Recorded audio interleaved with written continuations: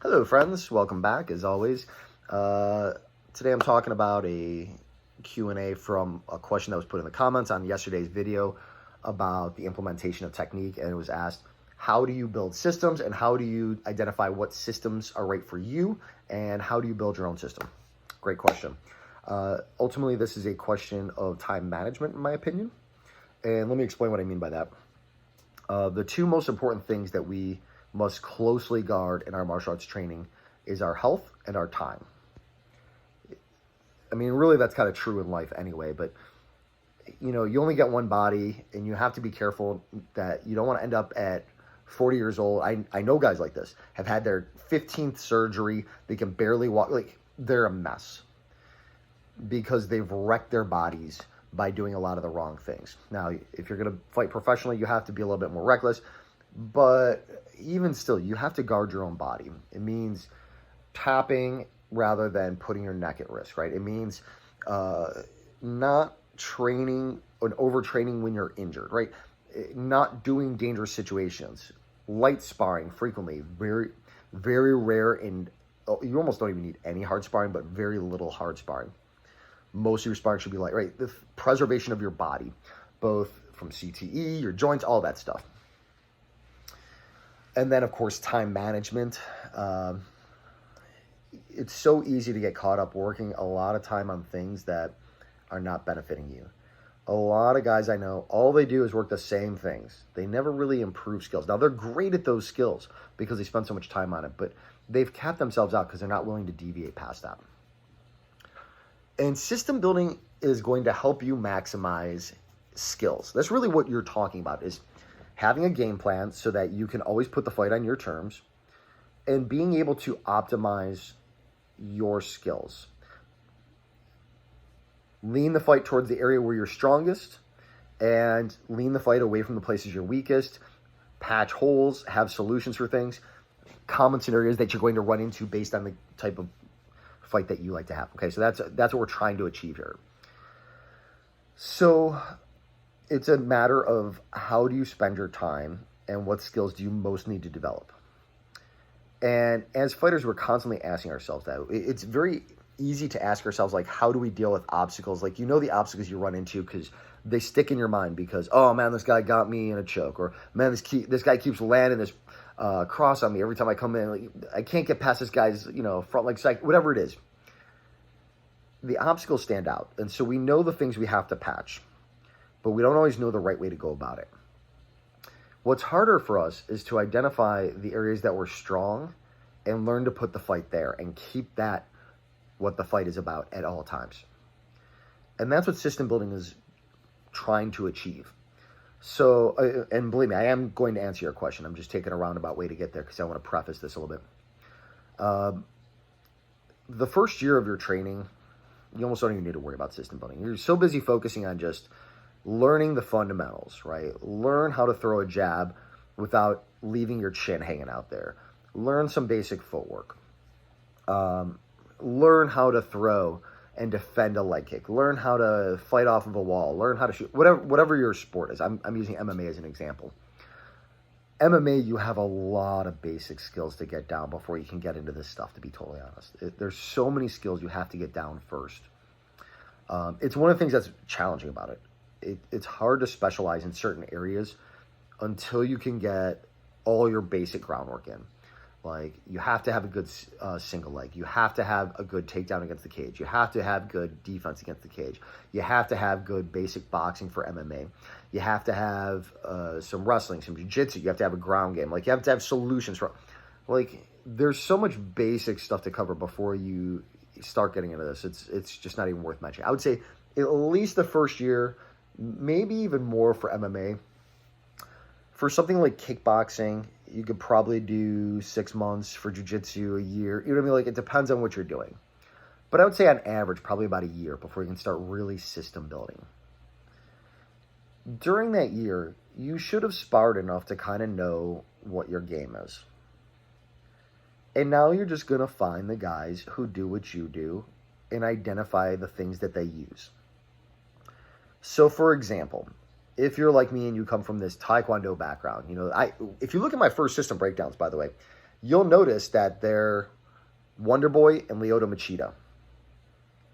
Traditional guys who got into mixed martial arts who, because of their traditional background, they wanted to play to those skills, right? And they had to figure out what things to patch. So that was an obvious starting place for me with a traditional background. So it doesn't have to be that. There's other guys out there. So you want to start by first identifying, and it's a good thing to write down. Write down what you're good at, write down what you're not good at. Write down the obstacles you run into, the trouble spots you run into, the things that you're successful with. Like, I land this side kick all the time, but I struggle with the blitz. One of my fighters has that situation, so that's a good example. Decent boxing, great footwork. Okay, not good at takedowns, not great at takedown defense.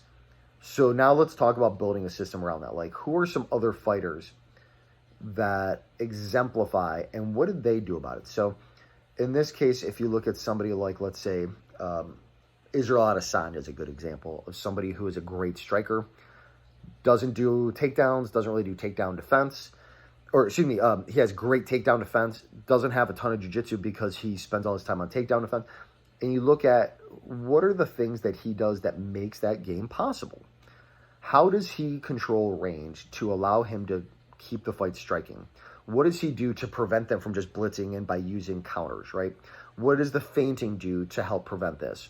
What is he doing that I'm not doing? And those are the questions you need to start asking yourself. When somebody tries to do a heavy takedown game, what does he do to keep them at bay? You know, Robert Whittaker is another great example of that. Fights Yoel Romero and consistently stuffs the takedown. What does he do that makes that possible? And those are the questions you need to ask yourself. So when you talk about system building, what you're really talking about is time management and having solutions for things you are likely to run into a lot. And think about what your goal is and how you're going to use your system to achieve your goal, right? One of the things I try to put together whenever I do system breakdowns, especially over the last, like, as I've progressed on, I've been more vocal about it, but it's always been in the back of my mind, like, what is this guy ultimately trying to do here? You know, Islam Makhachev, Khabib Nurmagomedov, it's very obvious what their goal is. They want to take you down. They want to get to a top position, and they want to throw punches at you until you are exposed enough to be choked. Okay? It's a simple game plan. You know, you look at somebody like Daniel Cormier. His game plan is takedowns, right? Use heavy boxing from the inside, get a takedown. So when you look at these guys, what is their game plan? What are they trying to do? Israel Adesanya is trying to pick you apart from the outside. Sean Strickland's trying to back you up and start putting heavy shots on you. What is the game plan? And that's what you need to ask yourself first. What is your goal and how do you achieve it? And then you watch other people and you find out what they do. That's really all system building is, right?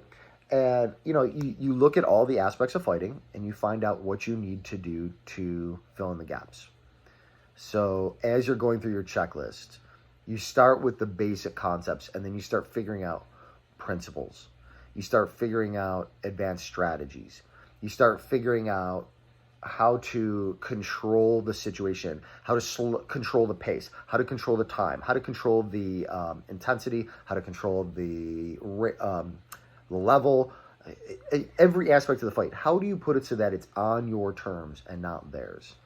And what do you do when somebody is maybe better at a thing and always good at putting the fight there? What do you do about it? There are solutions for it, right? There are guys out there that, you know, the first time Volkanovski fought Islam Makhachev was a good example. He said, I know what Islam's going to do, so I need to have some solutions in place for it. And he came pretty close to winning a fight against a guy who everybody thinks is pretty much unbeatable. And now he certainly seems to be because he never fights anymore. So when you're putting together a game plan, that's really what you're trying to do. What is your goal and how do you achieve it? How do you keep them from achieving their goal? That's pretty much it. It's kind of a long way of answering the question, but I thought it was an important question to discuss because I think a lot of people are not sure what the next steps are. And there's a lot of videos out there and tutorials that you can buy on things like the jiu-jitsu game plan and all that stuff. this is all stuff that you can be doing yourself, right? You don't need that. Like, watch fights and be like, oh, I like the thing this guy does. Maybe it's a technique I can implement now, like we talked about in yesterday's video. Or maybe it's a technique I need to put in the back burner until I'm ready for it. But I write it down because it's good to know. And have a journal, like, it has categories, right? Like, so have a journal and you talk about blitzing. A couple pages dedicated to blitzing and say, okay, here's a strategy I saw. And then you go on, you watch more fights, and you run into another fighter. Oh, here's a thing that he does. You just start filling in the gaps. And then eventually, you start figuring out your solutions for things and things that worked for you. And maybe they're the things that I talk about, like combination groupings and countering based on buckets of pressure and principles and all this stuff. Or maybe there's something unique to you. I don't have all the answers. I have all the right questions, though. And I hope now you do too. Thanks.